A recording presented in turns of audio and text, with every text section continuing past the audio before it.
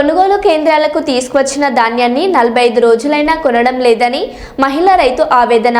మైబాద్ జిల్లా నరసింహులపేట మండలం కొనుగోలు కేంద్రంలో సకాలంలో తూకం వేయకపోవడంతో అకాల వర్షం కురవడంతో తడిసి ముద్దైన ధాన్యం లంచం ఇవ్వడం లేదని, తన వడ్లు కొనడం లేదని ఆరోపిస్తున్న మహిళ.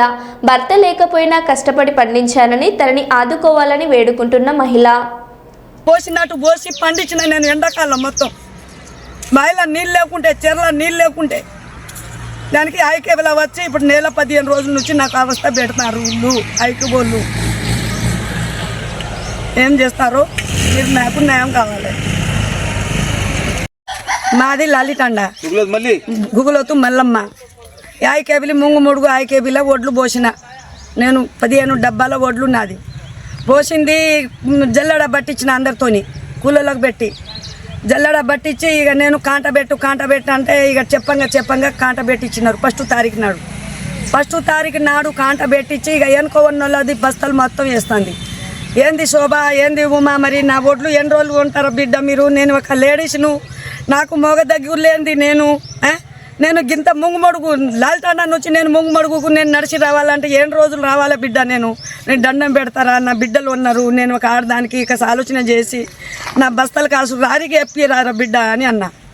ఇప్పుడు ఎప్పిస్తా, అప్పుడు ఎప్పిస్తా అని అన్నారు. అయితే ఇందలే మా మరిది బాబురాకు నాకు ఆయన ఏం చేసిండు, నీ ఓట్లు నా ఓట్లు కలవవద్దా అని ఆయన వచ్చి బండ బూతులు నాకు ఇంటికాడ వచ్చి తిట్టిండు. కానరాని కూతులు చావాలని అనిపించింది. ఎస్ఐ దగ్గర పోయినా ఎస్ఐ ఏమన్నాడు, ఎందుకమ్మా నీవు చచ్చేది? నేను ఆయనకు పిలిపిస్తా, నేను న్యాయం చేస్తా, నీ ఒంటరి మహిళ నువ్వు ఎందుకు చేస్తావు నువ్వు? ఎస్ఐ ఆయనకు నాతో కూడా పెట్టుకున్నారని నా మరిదికి పిలిచి ఎస్ఐ ఏంది ఒంటరి మహిళలకు ఇట్లా తిట్టేస్తాం, అంత అవసరమా నీకు? ఎందుకు తిట్టినావు? నీ ఓట్లు ఏదైనా అంటే ఐకేబుల్ చూసుకుంటారు. ఆమెకు ఇంటి మీద పోయి కొట్టేది తిట్టేది నీది ఎక్కడదని ఎస్ఐ ఆయన తప్పైందంట అమ్మ, తప్పని అన్నాడు. ఇక ఊకో అమ్మ, ఇంకోసారి నీ జోలికి అంటే ఆయన అనుకునే శిక్ష పెడతా కానీ ఊకో మల్లమ్మ.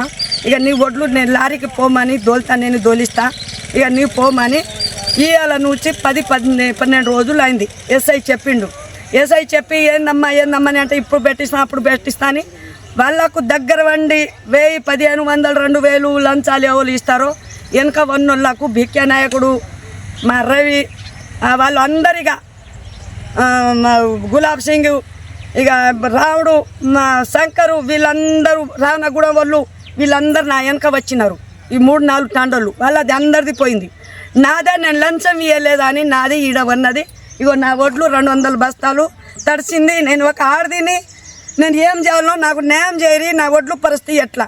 మరి నేను పురుగుల మందు తెచ్చి చావాలా బతకాలా చెప్పండి.